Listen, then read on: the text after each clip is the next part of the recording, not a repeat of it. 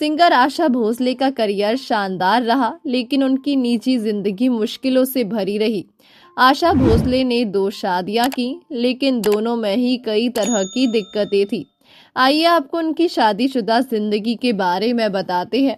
जब उन्हें 2 शादियां करनी पड़ी और 16 साल की उम्र में घर से भागना भी पड़ा। और तो और 15 साल बड़े लता दीदी के सेक्रेटरी से प्यार भी कर बैठी, जिस वजह से दोनों बहनों का रिश्ता भी खराब हुआ। आज हम आपको आशा भोसले जी के दोनों पतियों के बारे में बताते हैं। तो वीडियो शुरू करने से पहले हर बार की तरह आपको याद दिला दे, अगर आप हमारे चैनल पर नए हैं तो चैनल को सब्सक्राइब जरूर कर ले। आशा भोसले की 2 शादी, संघर्ष भरी जिंदगी। बॉलीवुड की दिग्गज गायिका आशा भोसले अब नहीं रही। 92 साल की उम्र में उन्होंने इस दुनिया को अलविदा कह दिया। लेकिन एक सच्चाई ये भी है कि वो अपने गानों के दम पर फैंस के बीच हमेशा जिंदा रहेंगी। आशा भोसले ने हिंदी सिनेमा को अनगिनत गाने दिए हैं और अलग अलग भाषाओं में उन्होंने 14,000 तक गाने गाए हैं, जो आम बात नहीं है। इस शानदार सफर के लिए आशा भोसले कई अवार्ड से सम्मानित हुई है और उनका नाम Guinness book of world records में दर्ज है। लेकिन ये शानदार सफर उनके लिए आसान नहीं रहा। उनकी निजी जिंदगी में कई चुनौतियां आई। 3 साल की उम्र में शुरू किया संगीत। 8 सितंबर 1933 में जन्मी आशा भोसले का पूरा बचपन संगीत के आसपास ही निकला है। आशा भोसले के पिता दीनानाथ मंगेशकर थे, जो खुद एक मशहूर गायक रहे। उन्हीं की निगरानी में आशा भोसले ने संगीत की दुनिया में कदम रखा। उन्होंने खुद एक बार बताया कि वो महज 3 साल की थी जब उन्होंने क्लासिकल गाना सीखना शुरू किया।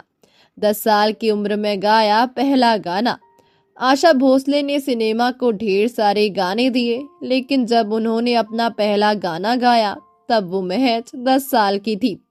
कम ही लोग ये बात जानते होंगे कि उन्होंने अपना पहला गाना मराठी फिल्म के लिए गाया था, जो साल 1943 में रिलीज हुई थी, और उन्होंने 1948 में बॉलीवुड के लिए पहला गाना गाया था, जो चुनरिया है। 16 साल की उम्र में की थी पहली शादी। आशा भोसले का करियर शानदार रहा, लेकिन उनकी निजी जिंदगी में उथल पुथल रही। जब उनकी शादी हुई तब वो महज 16 साल की थी। वो अपनी सेक्रेटरी गणपत राव के प्यार में दीवानी हो गई थी और उन्होंने खुद से 31 साल बड़े गणपत राव से परिवार के खिलाफ जाकर शादी की।